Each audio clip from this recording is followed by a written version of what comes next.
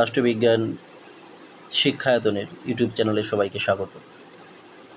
আজকে আমরা যে বিষয়টি নিয়ে আলোচনা করব সেটা হলো ভবিষ্যতের কর্মসূচিতে কেন তোমরা রাষ্ট্রবিজ্ঞান বিষয়টিকে রাখবে। অর্থাৎ তোমরা যারা একাদশ শ্রেণীতে ভর্তি হবে অন্যান্য বিষয়ের সঙ্গে সঙ্গে রাষ্ট্রবিজ্ঞান বিষয়টিকে কেন প্রাধান্য দেবে। এটি সম্পূর্ণ একটি নতুন বিষয়, তোমাদের এই সম্পর্কে কিছুই জানা নেই, তাই সামান্য কিছু সম্ভাবনাকে আমি ফুটিয়ে তোলার চেষ্টা করছি এই ভিডিওটির মধ্য দিয়ে।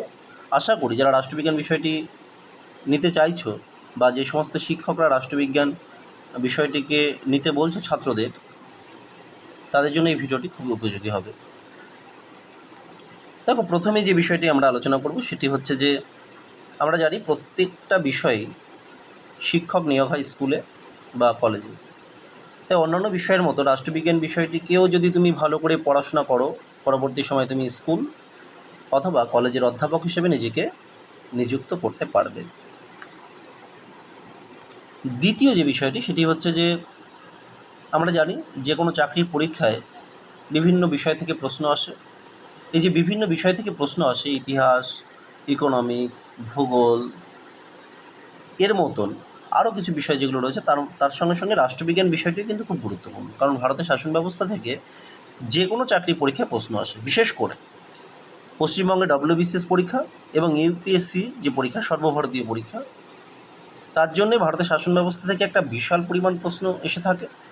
এবং ভবিষ্যতে ওই পেশায় তুমি নিযুক্ত হওয়ার পরেও তুমি যে তোমার কর্মজীবনে বিভিন্ন মানুষের সঙ্গে ডিল করবে, বিভিন্ন নেতা, মন্ত্রী বা উচ্চপদস্থ কর্মচারীদের সঙ্গে, তার জন্য তোমার যে জ্ঞান বা বোধটা থাকা প্রয়োজন সেটা রাষ্ট্রবিজ্ঞান বিষয়টি কিন্তু প্রদান করে থাকে। তৃতীয় যে বিষয়টি সেটি হচ্ছে অনেকের স্বপ্ন থাকে আমাদের যে একটা সময় আমরা উকিল বা অ্যাডভোকেট হব। তো এর সঙ্গে আমাদের রাষ্ট্রবিজ্ঞানের সম্পর্ক কী? দেখো, উকিল হলে তোমাকে আইন জানতে হবে।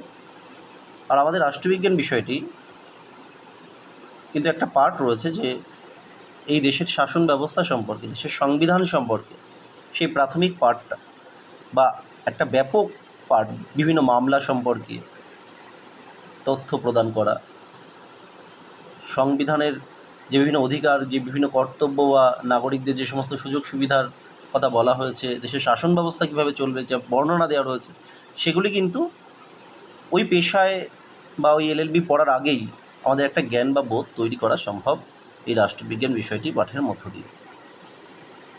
চতুর্থ যে বিষয়টি গুরুত্বপূর্ণ সেটি হচ্ছে আমাদের অনেকের আশা থাকে ভবিষ্যতে সাংবাদিক হব বা আইন পেশার সঙ্গে যুক্ত, মানে সাংবাদিক হব বা গণমাধ্যমের সঙ্গে আমরা যুক্ত হব।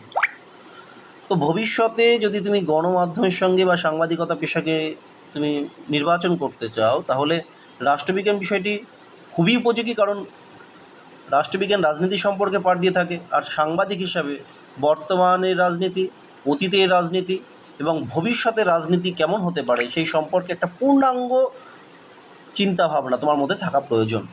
এবং রাষ্ট্রবিজ্ঞান সেই চিন্তা চেতনাকে বিকশিত করতে খুবই সাহায্য করে। তাই সাংবাদিকতা বা গণমাধ্যমের পেশার সঙ্গে যুক্ত হতে চাইলে রাষ্ট্রবিজ্ঞান বিষয়টিকে তুমি নির্বাচন করতে পারো। পঞ্চম যে বিষয়টি সেটি হচ্ছে যে আমরা সবাই কর্মসংস্থানের জন্য দৌড়াই, যে ভবিষ্যতে কোনো কাজ তো আমাকে করতে হবে। তো রাষ্ট্রবিজ্ঞান বিষয়টি পড়লে কী হবে না, সরকারি বা বেসরকারি যে বিভিন্ন সংস্থা রয়েছে সেই সংস্থার যে নীতিগুলো রয়েছে সেই নীতি বিশ্লেষকের কাজের যে পেশা, সেই পেশায় তুমি নিযুক্ত হতে পারো। দেখবে আমরা অনেক সময় টিভি চ্যানেলে যে বিতর্ক অনুষ্ঠানগুলি দেখি, সেখানে দেখি যে একজন রাজনৈতিক বিশ্লেষক থাকেন, তিনি রাষ্ট্রবিজ্ঞানের প্রফেসর বা শিক্ষক। অর্থাৎ এই যে রাজনৈতিক বা বিভিন্ন সরকারি বা বেসরকারি প্রতিষ্ঠানের যে নীতিগুলো, সেগুলিকে বিশ্লেষকের কাজ হিসাবে যদি তুমি বিশ্লেষকের কাজ কর্মে যদি তুমি নিযুক্ত হতে চাও, তাহলে এই রাষ্ট্রবিজ্ঞান বিষয়টি খুবই উপযোগী। 6 নম্বর যেটা রয়েছে সেটা হচ্ছে যে আমরা জানি একটা দেশের মধ্যে বা দেশের বাইরে বিভিন্ন সংস্থা থাকে, মানে আন্তর্জাতিক সংগঠন থাকে বা দেশীয় সংগঠন থাকে, যেমন সম্মিলিত জাতিপুঞ্জ, সার্ক সহ এরকম বহু সংগঠন রয়েছে। সেই সংগঠনগুলিতে কূটনৈতিক বিশারদ হিসেবে নিযুক্ত করা হয়। সেই যে নিযুক্তি, তার জন্য কিন্তু রাষ্ট্রবিজ্ঞান বিষয়টি কিন্তু খুবই উপযোগী একটি বিষয়। সপ্তম যে বিষয়টি আসি সেটি হচ্ছে এই রাষ্ট্রবিজ্ঞান বিষয়টি নিয়ে পড়াশোনা করলে তুমি ভবিষ্যতে আমেরিকা হোক, ইংল্যান্ড হোক, এরকম আরও অনেক দেশ রয়েছে যেখানে উচ্চশিক্ষায় যদি তুমি যেতে চাও তাহলে তুমি স্কলারশিপ, বিশেষ করে এই সাবজেক্টটার জন্য তুমি আলাদা করে স্কলারশিপ পাবে পড়াশোনা করার জন্য। তাই এই বিষয়টিকে আমরা একাদশ শ্রেণীতে সিলেক্ট করতেই পারি। অষ্টম যে বিষয়টি আমরা আসবো সেটি হচ্ছে যে আমরা আগেও বলেছি, মানে যেটা বলেছি আর কি, যে বিভিন্ন সরকারি বা বেসরকারি কর্পোরেট যে সংস্থাগুলো আছে তার নীতি নির্ধারক বা বিশ্লেষকের, নীতি বিশ্লেষকের যে কাজ হয় সেই কাজটা কিন্তু আমরা করতে পারি।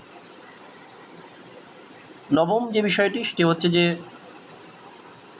এই রাষ্ট্রবিজ্ঞান বিষয়টি পাঠের মাধ্যমে আমাদের দেশের শাসন ব্যবস্থা শুধু নয়, বিশ্বের যে কোনো দেশের শাসন ব্যবস্থা কেমন, সেটা কি আমাদের দেশের থেকে ভালো নাকি আমাদের দেশের থেকে খারাপ, কোন শাসন ব্যবস্থাটা আরও বেশি উপযোগী, ভারতবর্ষের শাসন ব্যবস্থা কেমনভাবে চলছে, চীনের শাসন ব্যবস্থা কেমনভাবে চলছে, আমেরিকার শাসন ব্যবস্থা কেমনভাবে চলছে, ব্রিটেনই বা তাদের শাসন ব্যবস্থাকে কীভাবে পরিচালিত করে।